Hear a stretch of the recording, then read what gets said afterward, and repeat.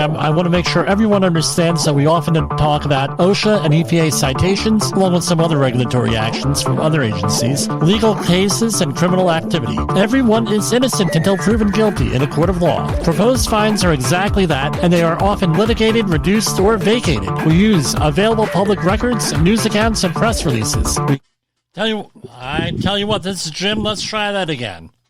Hi, this is Jim from Safety Wars. Before we start the program, I want to make sure everyone understands that we often talk about OSHA and EPA citations, along with some other regulatory actions from other agencies, legal cases, and criminal activity. Everyone is innocent until proven guilty in a court of law. Proposed fines are exactly that, and they are often litigated, reduced, or vacated. We use available public records, news accounts, and press releases. We cannot warranty or guarantee the details of any of the stories we share, since we are not directly involved with these stories, at least not most of the time. Enjoy the show. This show is brought to you by Safety FM. And from the border of liberty and prosperity, the highway to the north, this is Safety Wars for Monday, September 30th. Yes, I got the wrong date back there. All right, Monday, September 30th, 2024. Boy, do we have a lot to talk about tonight. So we're here on Thursday, I believe, was the last day. Now I know we're broadcasting on Safety FM. We'll just turn that down. One of the updates. Nothing happened with Mayor Adams at all. That's the update.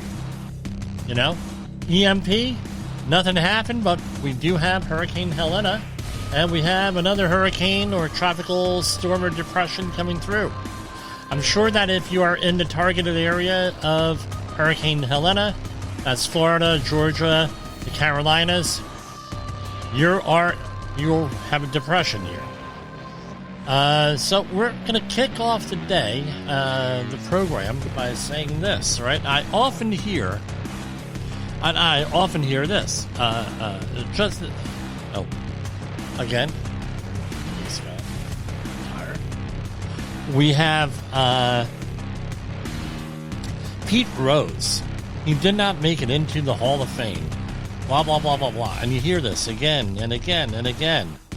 And turns out that Pete Rose passed away right before the announcement was made, right before airtime. And let me see here. And it's a little bit annoying because you always hear Pete Rose isn't in the Hall of Fame. Pete Rose isn't in the Hall of Fame. Blah, blah, blah, blah, blah. Well, guess what? They do have a section set up in Cooperstown for, let's see if I got it right here, for Pete Rose. See if I can get it on the phone. I'll put it on the camera here. Hold on. I should have had this set up. I know I should have had this set up beforehand. Yeah, there it is. So I'm going to hold it up to the camera right there. Right? That is Pete Rose. They have a little display for him at the Baseball Hall of Fame. So he did make it into the Hall of Fame there. However, he did not make it into the plaque area. He has the most hits and the most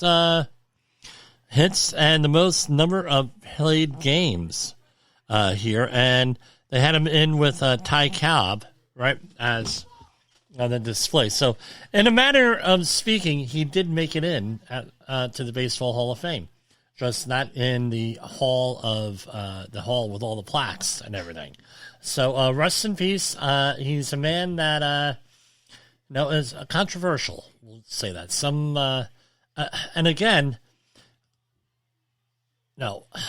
we could talk about. Yeah, that's all the thing, right? We could talk about. He shouldn't have been gambling on the game of baseball. He shouldn't have done that because then he wants it to turn out one way or another. And on one of the promos that I have here, one of the parody promos, what I call, I have on there about a Jerry Springer type talk show, and where I'm the host, obviously, and where a employer takes out a life insurance policy on his most dangerous workers, hoping not to make a big payout if they die on the job, sort of thing. And it's sort of like the same thing that we're dealing with him. Gambling on baseball, is he influencing the behavior of the game, so to speak, or the outcome of the game to cover gambling issues, right? Whether you're betting for the team or against the team or what have you. Well, how often does that happen at work? Well, we're going to gamble. We're going to do it wrong, but our gamble is that no one's going to get hurt. That's our gamble. We're not taking the risk. And as I point out all the time, what is risk? Risk is, on one part of the graph, the likelihood something's going to happen. On the other part of the graph, the consequences. Now, you're a foreman. You're not an owner. You're a foreman. You're a supervisor. Things of that along that line. You're willing to take a risk. Right? You're willing to take a risk here for things, right? You're ready to take a risk. And what's the consequence for you? Are you held accountable for your decision? Someone gets hurt, are you held accountable? Somehow. I'm not saying fire. I'm not saying demote. I'm not saying anything. There is a company that I'm heard about today in a meeting where someone got a major injury and they did hold the foreman accountable because the person should have never been doing what he was doing, and it was done in front of the foreman. Foreman didn't put a stop to it. So they were held accountable. Do I think, whatever it was, I'm not going to say what it was because it'll be obvious where it happened and who did it for those listeners out there familiar with the case. So, again, and that's usually where it comes down to.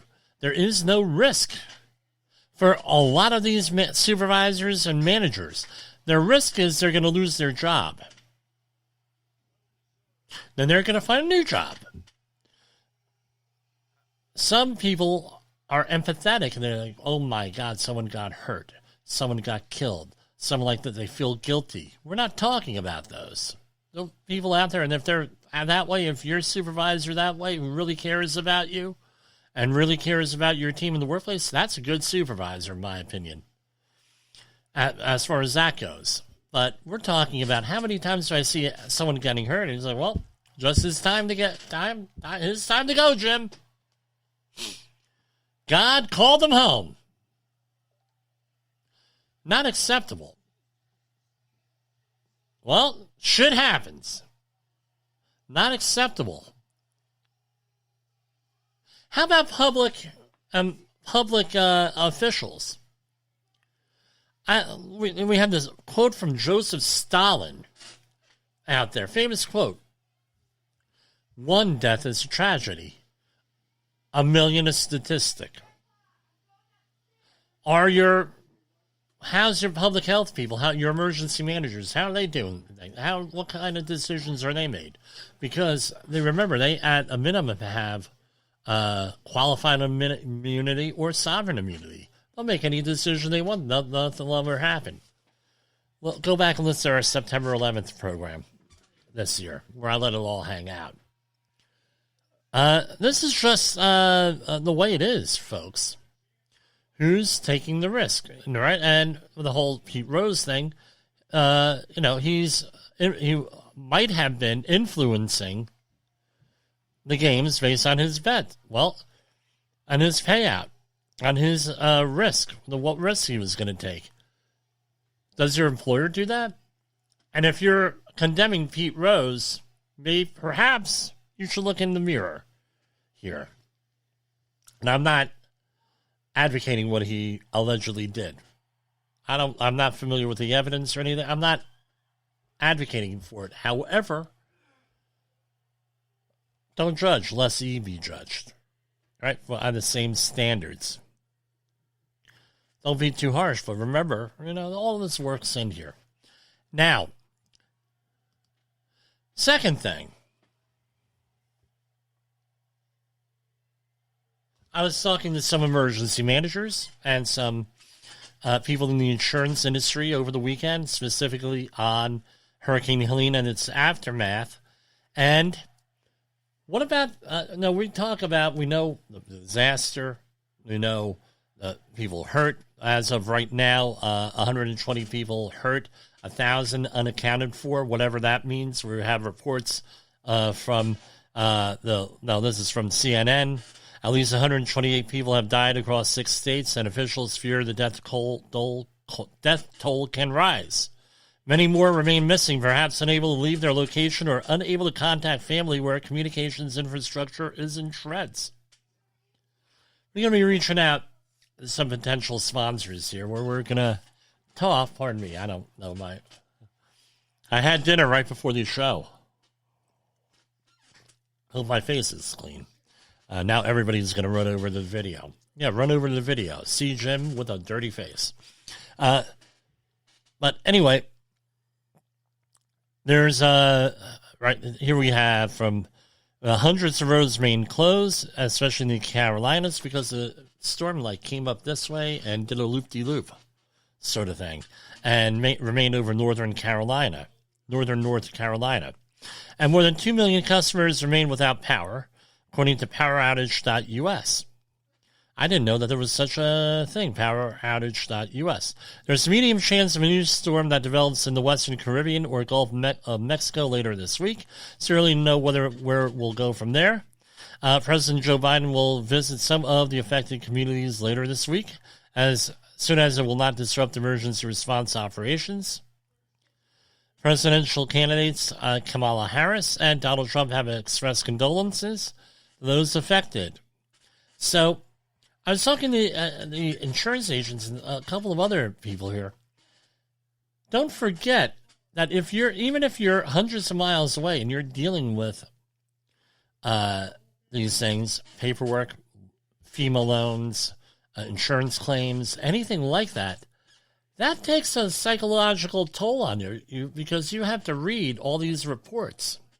And on top of that, from some of the information I have, a lot of people do not have the appropriate coverage or enough coverage for this stuff. Specifically, homeowners associations. Because what's their thing? They're volunteers, usually, and doing the best they can. However, they,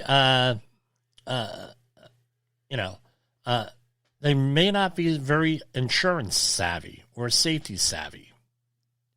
So they don't look at that. Well, it can be the cheapest policy possible, so I don't have to raise our homeowner fee rates. I'm a member of a homeowners association. My parents were a member of the same homeowners association for 46 years. I understand rates go up. However, I also understand on the safety end, not all insurance carriers are trying, or brokers are upselling you on everything. That's not exactly what happened. They're not upselling you on everything. Some do, but not necessarily. Listen to what they say. So, for example, I'll give you a good for example. The price of building materials since the COVID-19 pandemic went up astronomically. It's a good idea. I'm not an insurance broker. I'm not giving you legal advice. But if it were me, I'm just telling you peer-to-peer advice here.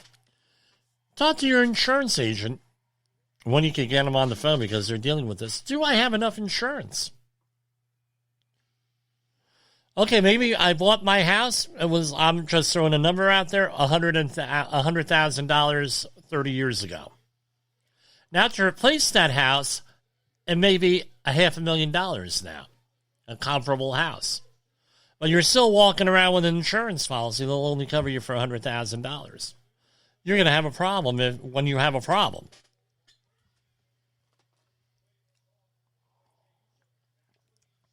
Again, all of this stuff goes into that. but no, there's a big psychological stress with that.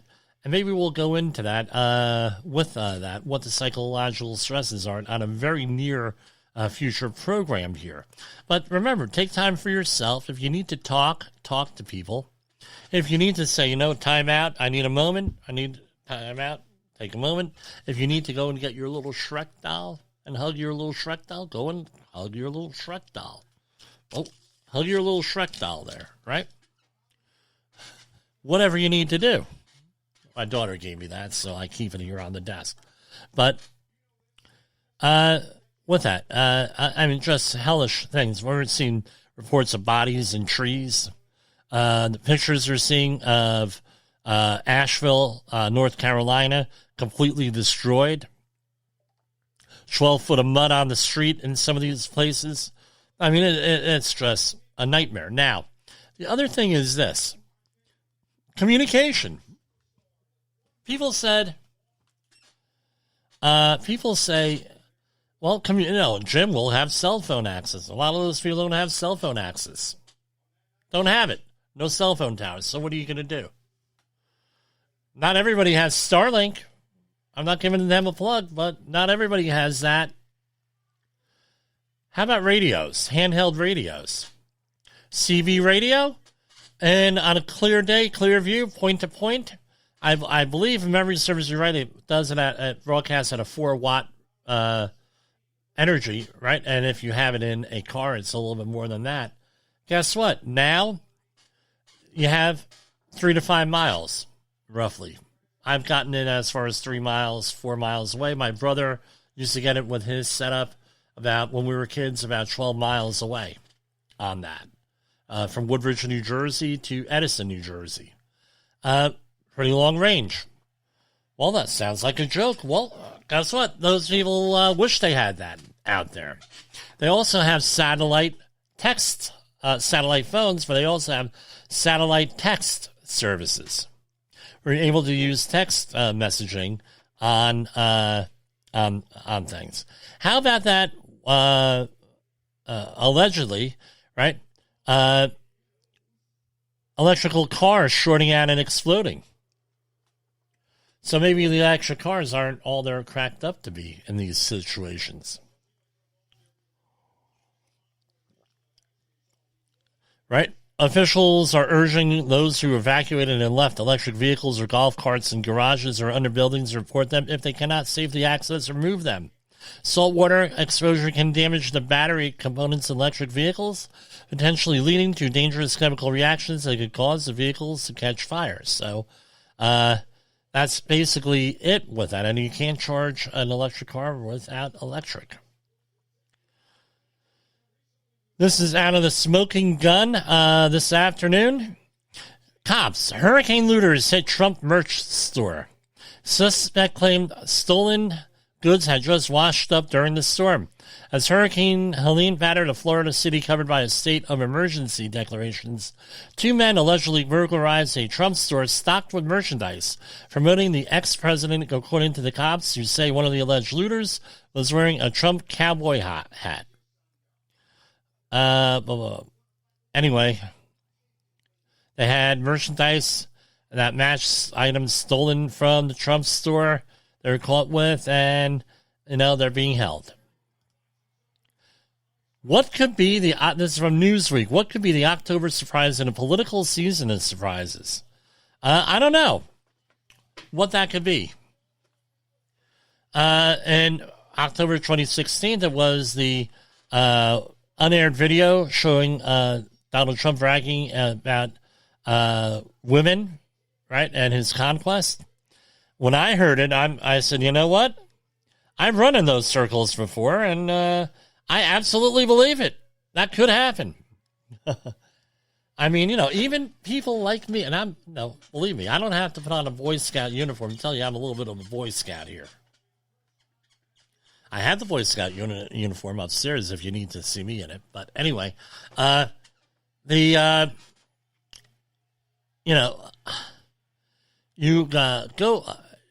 you're at these political events, you're at these events, and it does happen, even with this little modest broadcast like this, you get a lot of feedback. I'm not talking this feedback. I'm talking feedback from certain people, and it's like, you know what? I could see where people could get into trouble. Just my observation. And when I was involved in politics, people did get into trouble with stuff. You know, just the way it is. I can see where it could happen. But anyway, I digress here. But what's going to be the October surprise? I have no idea what the October surprise is going to be here, but doesn't look good here for anybody. So what Newsweek is saying, so there are other October surprises. Up until June, it seemed like the 2024 election was political deja vu. I'm reading from Newsweek. And the rematch was dull. Now it's not so dull anymore. So what are we looking for an October surprise? I have no idea. Here, it could go either way. This is anybody's game with this election here. Okay, so what do we have? We have the perfect storm going on here. I'm going to go for a commercial break because I got to set this up a little bit more. I don't have the article open that I want to share with you folks. So we're going to go to our first commercial break, and I will see you in a minute. In the professional safety community, communication and planning are just a few keys to your program's success. The question many practitioners have is, where do I start?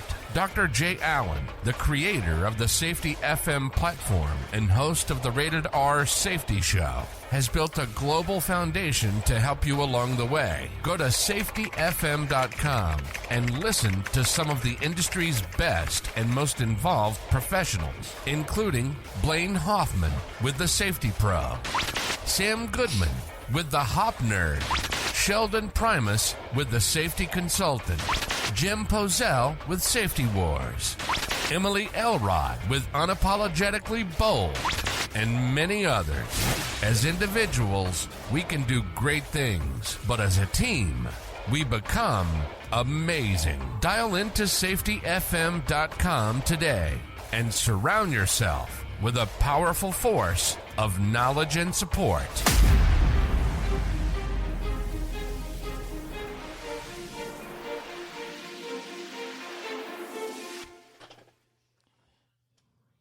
I'm sure you've heard the news. Safety training is evolving, and you should be too. Outdated safety training isn't just boring, it's dangerous. If your safety trainer is still preaching a warped version of behavior-based safety from 25 years ago, it's time for a change. Imagine safety training that actually addresses the hazards unique to your workplace. No more generic, one-size-fits-all solutions. The Safety Wars team at safetywars.com is here to revolutionize how you approach safety, with customized training that's relevant, engaging, and effective. Contact Jim Polzel at 845-269-5772. Remember, if you're receiving this message, you are the solution to unsafe workplaces. Say goodbye to outdated safety training and hello to a safer, more productive environment. Visit safetywars.com now. OSHA recordables, catastrophic losses, environmental disasters. You want answers? So do I. This is Jim Polzel with Safety Wars. That's my daddy! So, here we have the Gluvno show, which is more disruption in the supply chain. Here we have U.S. East Coast port strike looms as union and management trade wage offers. This is all for Reuters. With U.S. East and Gulf Coast port workers set to strike in less than 5 hours. It was at 7 p.m. this was released. A port operator alliance said I'm going to traded new wage offers with the union, raising the outside possibility of a settlement before a halt to container traffic from Maine to Texas. That includes the Gulf of Mexico. if you're following along. The labor contract between the International Longshoremen's Association Union, representing 45,000 port workers, and U.S. Maritime Allowance employer group expires late on Monday, with negotiations at an impasse over pay. USMX said in its statement Monday it had offered to hike wages by 50%. I don't know how long over how long of a time that is, and traded new proposals with the union in the last 24 hours. And the strike would cost the U.S. economy $5 billion a day. Now, they rejected it. They're going back and forth. Now, what does it mean to you? All right, is what the question is. So something to remember is that according to what I've read today, 1/5 of all imports into the United States come through the East Coast ports, right? I think that's a little bit low, but that's what I've read. That might just be the New York area ports. Now, I've been nervously watching the Tuesday strike deadline. By the way, you heard it here first on Safety Wars on Safety FM. And we heard that from insiders that contacted friends of the program. As now appears likely, it could choke off the supplies of many popular products that flow over these docks, but not necessarily right away. So here are the limits.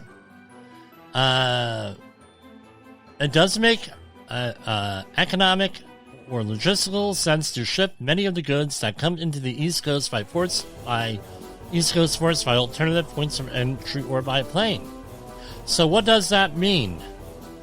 America could see some shortages of chocolate, alcohol, popular fruit including bananas and cherries, and even certain cars. If the strike lasts a long time, that could mean higher prices for goods that are available. So they're hoping to have that holiday shopping will not be impacted by this, so they can get everything in there.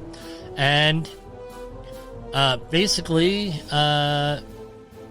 it takes 5 working days for every 1 day, up to 5 working days for every 1 day of strike in this situation, estimated. Do you realize that 25% of banana consumption comes through the Port of Wilmington? Wow. But 90% of imported cherries come through those things. Imported chocolates and meats from Europe being in short supply, and it's going to be more money to deal with that. Incredible. But no, don't worry about it, and about that Halloween chocolate. And if you're celebrating Oktoberfest like we were tonight, there's enough German beer. However, we do have American beers that are German style, and beers from China that were developed by German immigrants and colonists in China. One popular one, Tsingtao, Green Island. That was set up by a German company in China at the beginning of last century. Okay, so that's basically it with that. Now, what's the moral of the story, since this is the last day of Disaster Preparation Month? Here we have the perfect storm. Hurricanes, another one may be coming through. You have the port disruption. You have floods because of the hurricane. You have a U.S. election. You have all different types of stuff going on, I'm sure, in your own personal life. You have gold. What's the price of gold today? Let's see. I'm getting all different phone calls and everything. Price of gold. Dow Jones Industrial at 42,000. Price of gold is at 26.57. We used to mention it all the time here. And Bitcoin is at 63,276. Crude oil is still good. Again, I don't know how the crude oil is going to be impacted. Crude oil does not come through ports. It does come in through oil depots. I don't know if that's going to be impacted at all. That's a good question. So what's the point? Stock up on some stuff. My daughter loves bananas, so we got some bananas tonight. Probably, in a week we won't have any if this goes that long. Go out, concentrate on one thing. So here we may have a supply disruption. Got some extra stuff. I'm going to try, if I can, if this goes on, I'm going to try to drive down in the vicinity of some of these places, see if we get some footage of this. We'll post it. We have to see what they're doing here. We're going to mosey on over to our normal press releases here, and we will do a share screen. It's weird for me to be here on a Monday, right? Usually we're not here on a Monday. So they did not update the OSHA website today, so we went right to the Department of Labor. Right?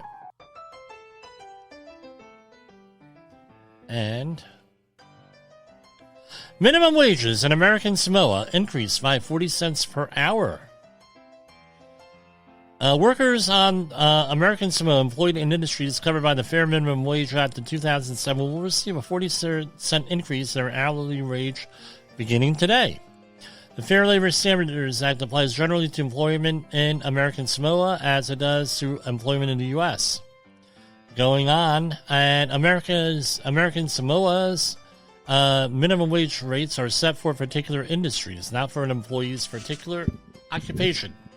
These rates are minimum rates, but an employer may choose to pay an employee at a rate higher than the industry's specific rate.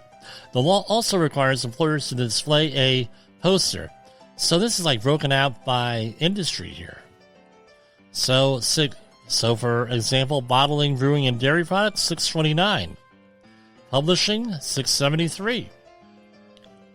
And pretty interesting here. And no, this is kind of, I don't know how much $6.70 an hour will go here for minimum wage in American Samoa. Don't know. Not a lot. Again, I'm going through here, and if you're following along on the video portion here, we have all the Department of Labor is involved in a lot of recouping them back wages here. You think this stuff doesn't go on because it's 2024. Guess what? It's going on all the time. U.S. Department of Labor has obtained a permanent injunction and a court order forbidding a California transportation company from retaliating against drivers and illegally shifting liability for labor law violations onto workers who exercise their federally protected rights. In other words, they are whistleblowers, or they are mentioning some type of labor law violation, including OSHA. Could be other things too. And the company said, okay, well, shame on you, we're going to screw you over somehow. The department's office solicitor learned that after a group of drivers filed suit against the company for alleged labor violations, the company threatened to countersue the drivers for more than $150,000 in attorney fees. Drivers alleged the company intimidated drivers and threatened to terminate those who persisted in seeking unpaid wages and other remedies for the alleged violation of their rights under the Fair Labor Standards Act and California Labor Code. In fact, the company sent drivers involved in the lawsuit letters claiming that they materially breached terms of service, that they were required to sign agreements, included indemnity clauses that the company threatened to enforce against these workers to deter them from exercising their rights. You gotta love it when these people put shit in writing. It's great. To further deter workers from pursuing their rights, the agreements had an arbitration provision that arguably barred workers from seeking collective relief against the company regarding the unlawful indemnity clauses. Employers should know better than to attempt to enforce indemnity clauses that purport to shift liability for wage and other labor law violations onto workers. I mean, where are we? Where are we? In the 1930s at this company? 1920s? I don't know. Yes. The Entertainer, right? I haven't that. Maybe we should have this one going. Right? Slapstick comedy. I mean, really? I've heard of this. No, back 30 years ago, I heard of stuff like this. But we learn, as we go along, we learn more. And this is all illegal. You can't say to an employee, hey, you violated an OSHA regulation. Well, guess what? You're gonna be paying for the fine too. Can't do that. The department's legal action, part of a larger effort to combat employers' attempts to enforce coercive provisions in contracts that seek to dissuade and punish workers from attempting to enforce their legal employment rights. And they mention a whole bunch of other places that, believe it or not, are here in the Northeast, including a staffing company that looks like a medical staffing company and a bakery. I got the hiccups now. It is a transportation logistics company that provides drivers who transfer freight for shipping companies and has a mobile application for use by drivers. And going on and on and on. Incredible. It's like, really, this stuff is still going on? Department of Labor launched this tool to provide workers with disabilities and employers ideas for workplace accommodations. As the nation marks National Disability Employment Awareness Month, the U.S. Department of Labor today announced the availability of a new tool that provides access to more than 700 accommodation ideas. We're going to go over all 700 of them right now. No, I'm only kidding. The Situations and Solution Finders offers examples of workplace accommodations. Let's see what this is about. Accommodation Network. There we were showing it. Enter keyword. Safety professional. Disability.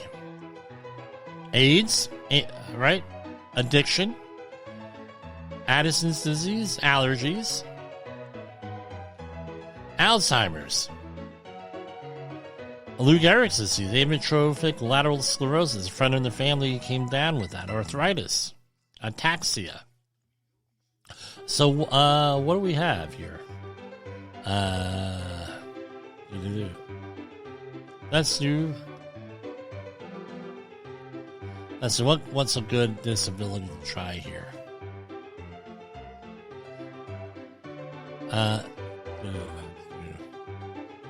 Learning disability, leg impairment, Lyme disease. Okay. Limitation. Well, bodily function isn't a body odor. Communicability contagious. Coughing or excessively. Dietary needs. Headache, nausea, pain. Cognition. I had Lyme disease, so I could, believe me, I know that. The motor. Gross motor limitations. And an occupation. We already picked that. Okay. Find results.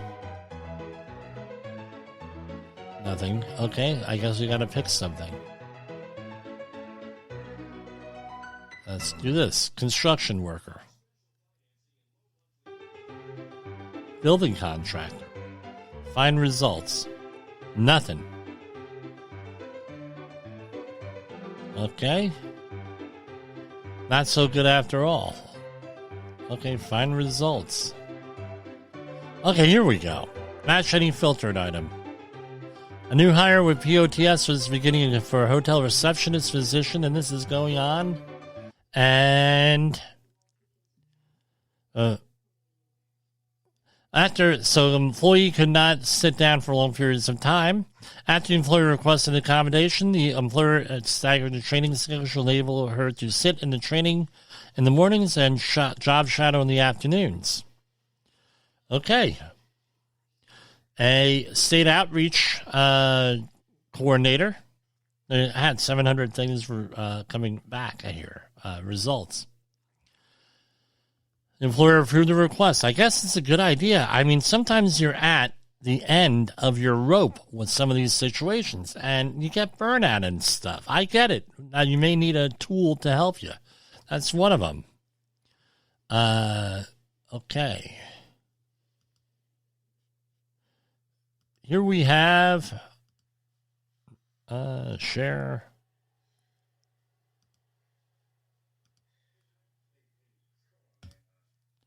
Now, I always say, this is weird. The Department of Labor obtains order forbidding California transportation provider from retaliating against drivers. Here, we just read this, but, again, it's weird. Why? You're not allowed to do it anyway, so why do you need a court order to stop you from doing it? I don't know. I don't get it. Here, what else? 840. We covered that. Okay. MSHA has issued, so every couple of months, MSHA, Mine Safety and Health Administration, comes out with like an update on the impact inspections that they have, right? So the U.S. Department of Labor completed August 2024 impact inspections at 14 mines with repeated health and safety violations and issued 253 violations. So they completed 14 mine inspections in 10 states in August 2024, issuing 253 violations. The agency began conducting inspections after an April 2010 explosion in West Virginia at the Upper Big Branch mine, killing 29 miners. They identified 4,567 violations, including 1,261 significant and substantial and 87 unwarrantable failure findings. An S&S violation, significant and substantial warning, is a violation that can be contributed to in a significant and substantial way to the cause and effect of safety or health hazards. Violations designated as unwarrantable failures occur when an inspector finds aggravated conduct that constitutes more than ordinary negligence.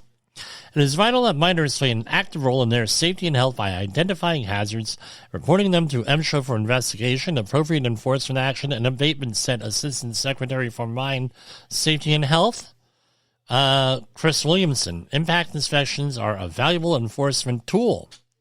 Agency conducts all this other stuff. So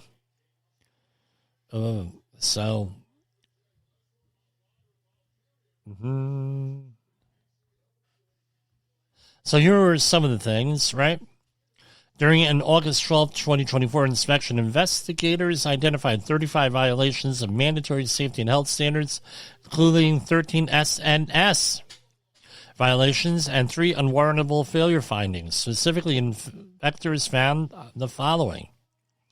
2 untrained miners were found working at the site, leading to the issuance of a Section 104G1 withdrawal order for the miners until they complete required training. This type of order is issued to eliminate the hazard untrained and inadequately trained miners pose themselves and others. A miner was found working 13 feet above ground and without proper fall protection, resulting in an imminent danger order. In 2023, MSHA issued a safety alert regarding the hazards of falls. We'll talk about that.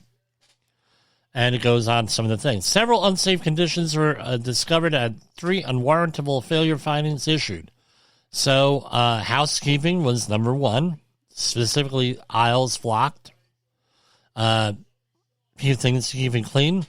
An operating conveyor's head pulley lacked guards. The area below an elevator where miners work was exposed to falling material. Numerous electrical hazards. Another thing, Marion, West Virginia, a mine was selected given its compliance complaint history. Inspectors arrived. They found 12 things. Accumulations of combustible materials. Previous examinations did not fully detect and report hazard conditions underground along belt conveyors led to an unwarranted failure finding. And they talked about safe alerts. So let me go through here. See, we have a link to everything here. We have an Adobe Acrobat file coming up. Let's see what this is. Wow.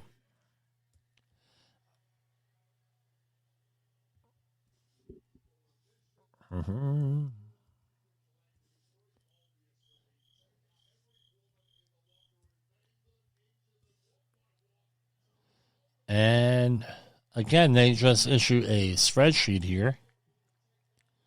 Again, this is all publicly available information.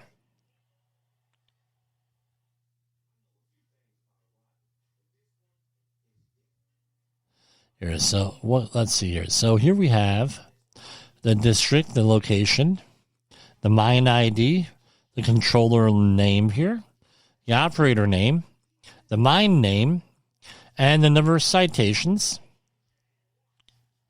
And I don't normally handle mines, but if it's in the press release, we'll cover it usually. Different citation issues here under MSHA regulations. And so anyway, very interesting. I encourage you to look it up yourself with that, because it's we're going to go off the summary here. Now, the safety alerts, as far as from MSHA, here we have fall protection things, right? Documents. And here we have, again, I see this all the time. So here we have the workers attached with harnesses on, nothing attached to nothing. And it looks like the worker might have accessed this on from a Class 7 forklift up there, access an elevated work area. Now, I have to mention this. For a safety professional to catch this type of thing, they have to be very far away from the work area. So they're working at height, right? So the safety professional has to be out a ways. Depending on how high you are, that's how far you have to be out there. You can do the math. Has to be able to go out. But what happens is, looking at this from the ground, these two workers, I know if you're not on the video stream, you're on audio, you're seeing, you can't see it, but from the bottom, looking up on top, I can tell you this through experience, it looks like that those folks are tied off. You got to go out a ways, and then and then you're able to see that they're not tied off, right? Here we have a mechanic on the next thing, standing on a wheel. The workers there were standing on some type of a silo or something. Again, mechanic working on a front end loader. It looks like might be another piece of machinery. No fall protection, standing on a wheel. Okay, and then we have the good and safe use. Right, they have examples there, and then they have it in Spanish here. And again, do they have this? Yeah, they have this here. Fall protection. Again, well, how high do you have to be? Well, it's irrelevant. You can get hurt from any fall with that. And here we have the United States power outage map.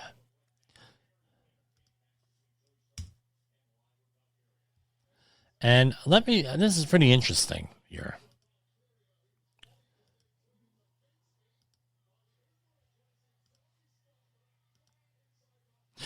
All right, this is from poweroutage.us, and here we have number electrical customers without power. Everything that they're recording here is so you have less than 10,000 people with a power outage. It looks like you're not going to make the map here. So at yellow, it's that's 10,000. Right? Plus, looks like up to 50,000. So in Ohio, there's 11,723 without power. West Virginia, 16,000. Right? And then Virginia, 82,000. North Carolina, 309,000. South Carolina, 674,000. Georgia, 488,000. And Florida, 77,022. And a lot of people here, right? And this has been updated as of 10 minutes ago, and it's 50 minutes after the hour. Pretty interesting map. We're going to go to our next commercial break, and we're going to go and figure things out. You are listening to Safety Wars. Tomorrow's Safety Today. Hey, employers, want to avoid hefty OSHA fines? Listen up. OSHA, or the Occupational Safety and Health Administration, can issue penalties after inspecting your workplace. If they find violations, you'll get notified by certified mail or in person. You have 15 working days to contest it, or the penalty becomes final. How are penalties determined? It depends on your business size, the severity of the violation, your history, and your good faith efforts. Even if you fix the issue right away, you might still get fined. Let's talk numbers. A willful violation can cost between $11,524 and $161,323. Repeated violations hit up to $161,323. Serious violations can reach $16,131. And, other than serious violations, can also cost up to $16,131.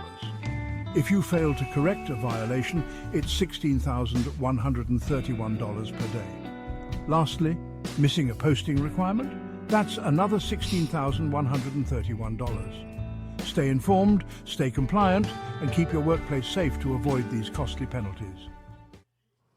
From the front lines of the safety war, it's Safety Wars, with your host, Jim Posel on Safety FM. Get ready to face the harsh reality. So here we have, I might as well just go through FEMA, since we're all talking about this. So they put up were you affected by Hurricane Helene, or Helena? 7 things you need to know about applying for disaster assistance.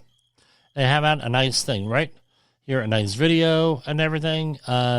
When the president approves a major disaster declaration, FEMA is able to provide financial assistance directly to the people to jumpstart their recovery, as FEMA works with state, local, tribal nation, and territorial government partners to assess needs.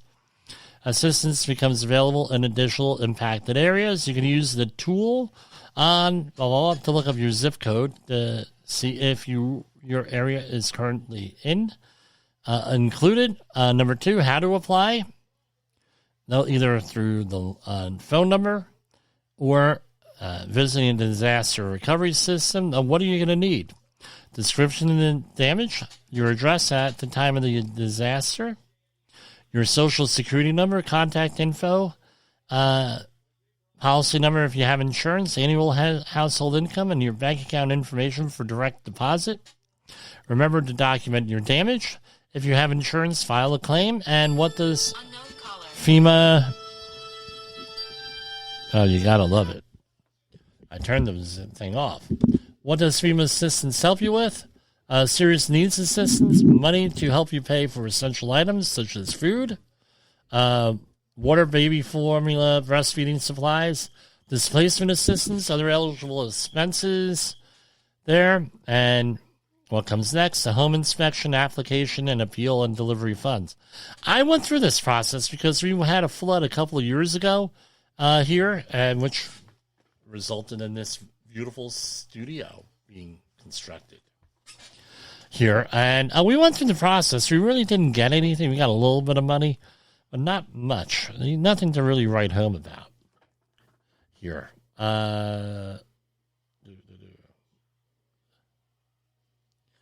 And here we have the disaster declaration things for every county, the disaster declaration documents, applications for assistance. So I'm going to recommend everybody go out there and do what you're supposed to do here. Now, this is, sounds a little bit, I don't know, icky here. So what are the priorities? Disaster response and recovery, equity, climate resilience, because you got to have the climate thrown in there, and readiness, getting prepared for the next disaster. Learn more about strategic things, right? About this stuff. And they have YouTube videos, ambitious goals, equity as, right? So everybody gets treated the same. What does that mean? Everything's to everybody's unique needs here. Equity is the consistent and systemic fair and just impairment. You know what? We're going to do a video on this probably. So that's all I have for tonight. We are going to cut it off a little bit early here and end with our normal patriotic music. And we're going to go from there. So for Safety Wars and Safety FM, this is Jim Posel. Wanted to thank you for listening.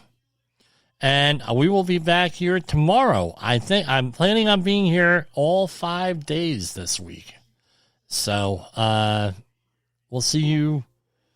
No, I think last week we made 3, so we were doing really good. So we're going to conclude. We're going to have some different music here, but still patriotic music.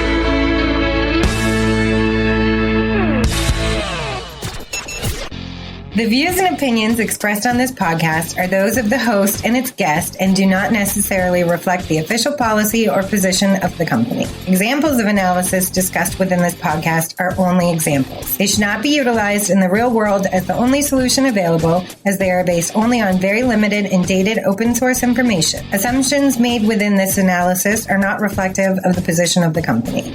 No part of this podcast may be reproduced, stored in a retrieval system, or transmitted in any form or by any means, mechanical, electronic, recording, or otherwise, without prior written permission of the creator of the podcast, Jay Allen.